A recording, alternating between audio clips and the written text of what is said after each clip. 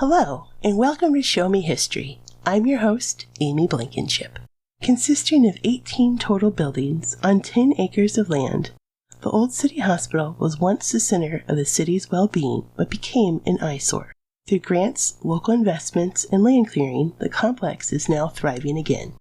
On July 10, 1845, the city of St. Louis passed an ordinance to build a tax-supported hospital for the city's poor. A committee of 5 men selected a site and drew plans for a new hospital building. Construction began on 8 acres of the city's common land, bounded by Soulard, west of St. Aug Street, Lime Street, 14th Street, and Lafayette Avenue. In June of 1846, the building was mostly complete and began admitting patients. With 90 beds, the hospital began as a means to mainly treat cholera. Over time, cholera patients and others suffering from highly contagious diseases were moved to a special quarantine hospital, and the city hospital became a general hospital treating all maladies and illnesses. These early years of the hospital provided for a dreary place for those in need of medical attention. Few doctors were on staff. Care was mostly done by nurses and volunteers with no formal training. There were no private rooms. Instead, wards consisted of open rooms with numerous beds and patients. At night, no doctors were present, only night watchmen. At this time, hospitals were for the poor and a place where people went to die. Most affluent citizens were provided in-home care by their physicians. Over the next 10 years, a number of additions were built to the hospital complex to accommodate the growing need for medical care. On May 15, 1856, the entire complex was destroyed by fire.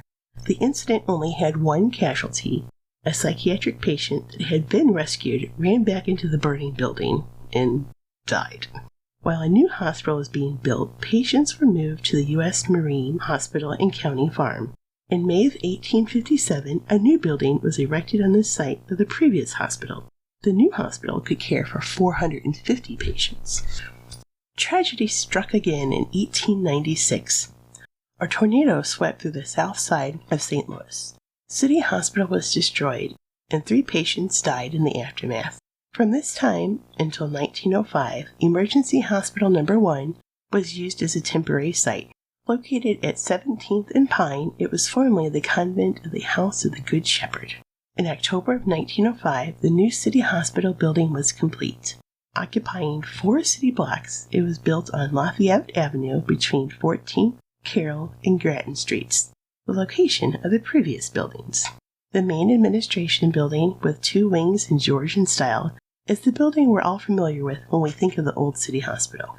The new hospital complex consisted of 8 buildings and a kitchen, dormitory, surgical building, powerhouse, administration building, pathological lab, 2 wards, and an isolation building for patients with communicable diseases.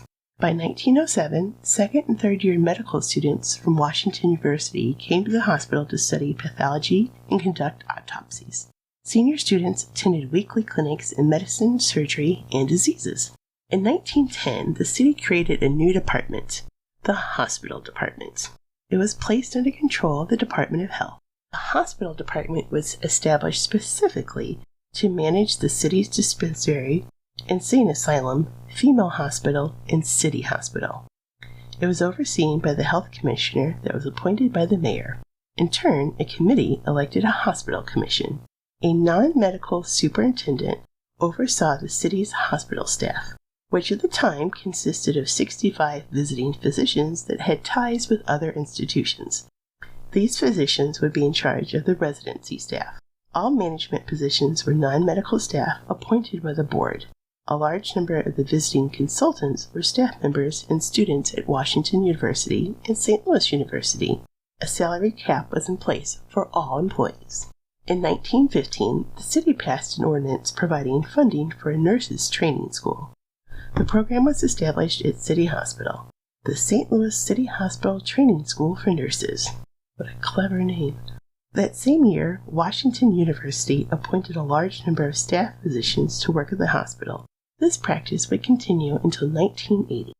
During World War I, the federal government took over some of the buildings at City Hospital. They mainly used the infirmary and isolation wards. 315 St. Louis area doctors were called into service. This period of time, the hospital saw more patients than ever before. The fiscal year of 1917 to 1980, the hospital admitted 18,793 patients. In 1923, the city adopted a new ordinance that permitted City Hospital to charge for its services when patients could afford it. For the first time, City Hospital was no longer strictly free. In 1924, City Hospital received 545 milligram supply of radium for the new X-ray machine at a price of $24,000. It was the only one in St. Louis at the time. The Depression brought years of increased financial needs for patients, and the hospital was at full capacity. A 1934 report stated that patients had to be discharged early to make room for new. Outpatient services had to turn people away. They were seeing up to 400 people in a single day. The 1930s and the President Roosevelt's New Deal led to construction of new buildings on the hospital's campus. A 1934 bond issue increased the footprint of the hospital. At $7 million, the bond allowed for a 3-story power plant that was added at 1419 Carroll Street. 1940 saw the construction of new services building and a laundry building built in the Georgian style to match the main administration building. 1941 brought another expansion to the complex with a 14-story medical tower and the Malcolm Bliss Mental Health Care Center. At a cost of $4.5 million, the new facilities increased patient capacity to 1,104. In 1943, the City Hospital complex was named in honor of Max C. Starkloff, the health commissioner of 30 years. Snodgrass Laboratory was added in 1960. In 1970, another addition was made, a connector building allowing access between several other buildings. The next year, a $2.5 million ancillary services building was added. At this point, the City Hospital had become landlocked and had no practical room for expansion. In 1968, City Hospital treated the nation's first AIDS patient, Robert Rayford. He passed away in 1969 without being diagnosed with such. In 1987, tests on his blood and tissue samples diagnosed him with AIDS. In 1974, the city cut $1.5 million from the budget of City Hospital. The hospital was expected to use funds from patients, insurance companies, and state and federal grants to compensate. That was the beginning of many issues for City Hospital. In 1979, the city closed Homer G. Phillips Hospital in the northern area of the city, and City Hospital had to take on more patients and workload. In addition to now being the only city-funded hospital, City Hospital was forced to deal with patients rejected by private hospitals. Private hospitals throughout the city and county would transfer patients to City Hospital if they were uninsured or could not make a down payment prior to their treatment. City Hospital became a dumping ground for unwanted patients. In 1980, 20% of City Hospital's patients had been rejected by other area hospitals. They would perform a wallet biopsy before admittance. No money or no insurance, and a patient needing care would be sent away. I read quite a few newspaper articles that cited that private hospitals were requiring a $1,000 down payment in 1970s. That's insane. That's like $5,000 to be seen in a hospital if you use today's money. Patients without insurance had to pay this amount before they would be admitted or treated, even in emergency situations. One such instance involved a gentleman by the name of James Noah. Mr. Noah worked directly across the street from a private hospital whose name I shall not share when he fell in the parking lot of his workplace. He was taken to the hospital across the street. The private hospital refused to treat Mr. Noah because he didn't have insurance. So admittance called his mother, requesting a $1,000 deposit before treating her son. Mrs. Noah was a 65-year-old widow living on Social Security and did not have $1,000. Mr. Noah was denied care at the private hospital and was transferred to City Hospital with a fractured skull. A staff member of the private hospital was quoted in saying, "If we know somebody's obviously a deadbeat, we try to place him elsewhere." So much for the part of Hippocratic oath stating do no harm. City Hospital staff commented that many patients were transferred without any information on their injury, condition, or medical history. Trauma patients that were received were not stable enough for transport. Reports of stabbing victims transferred from other hospitals still having a knife in them showed that no medical care was even attempted by another hospital. City Hospital was antiquated and was draining the city's coffers. The buildings were old and not updated to modern standards. The general wards lacked air conditioning. The elevators were not automatic. A person had to operate them manually by selecting 4 floors for visitors and staff. The open ward system was still in use, meaning patients of a ward were in an open room with all the other patients. This caused an issue of privacy. If someone coded at 2 a.m., all the lights on the ward were turned on as the doctors tried to revive the patient, waking up everyone else in the ward. Imagine seeing the trauma of this event, and maybe even seeing another patient die in the middle of the night. Ugh. By the late 1970s, some services were being contracted out to local hospitals.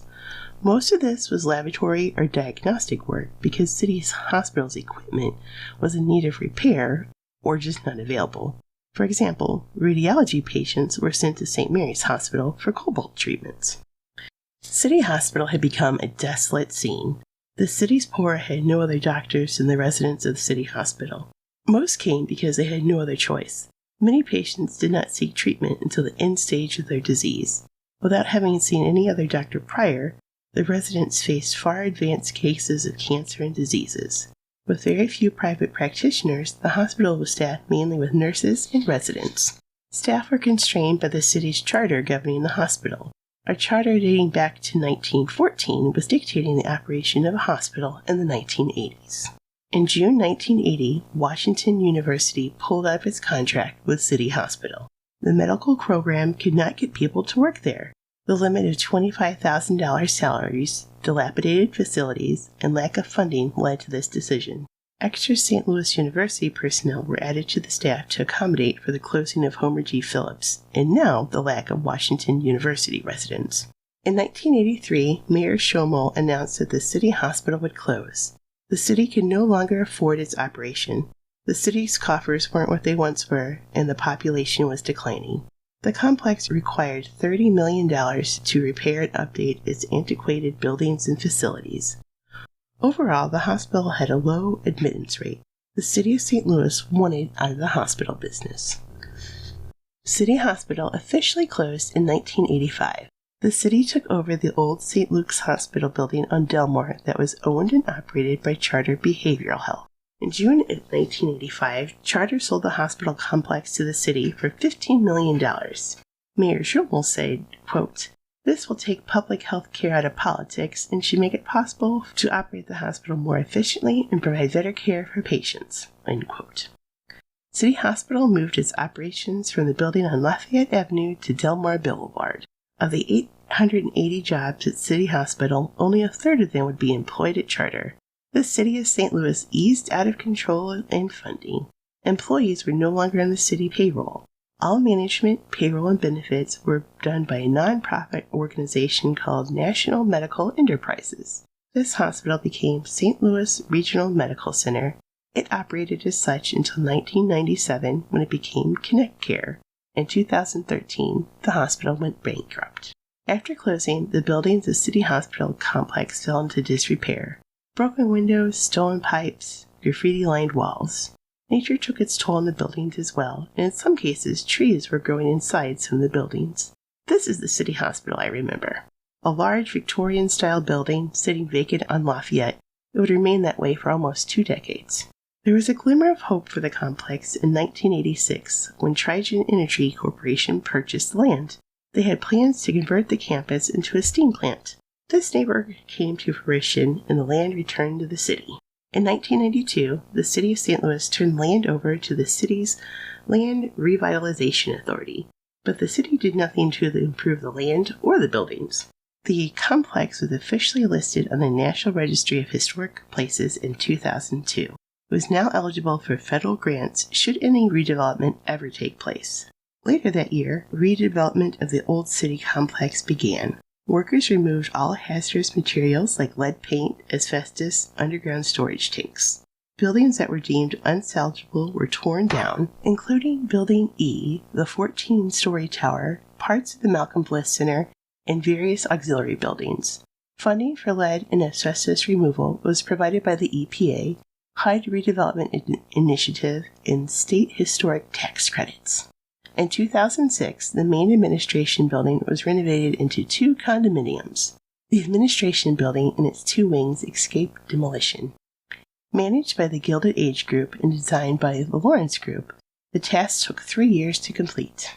The Georgian consists of 100 units, including 5 penthouse suites.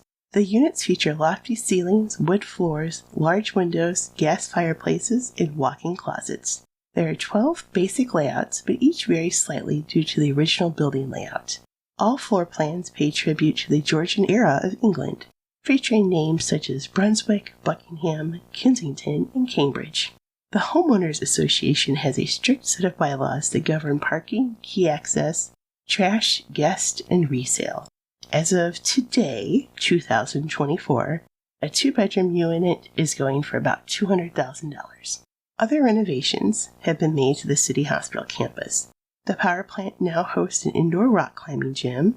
The site of the Malcolm Bliss is now a satellite campus for A.T. Still University and hosts a small number of businesses and restaurants. Side note, that tall-looking building that you see is the power plant. A lot of people think it's the old crematorium. I was guilty of that too. Thank you for joining me today. You can find me at our website at showmehistorystl.com, on Twitter at showme_history, or Facebook at showmehistorystl. Until next time, I'll see you in the loo.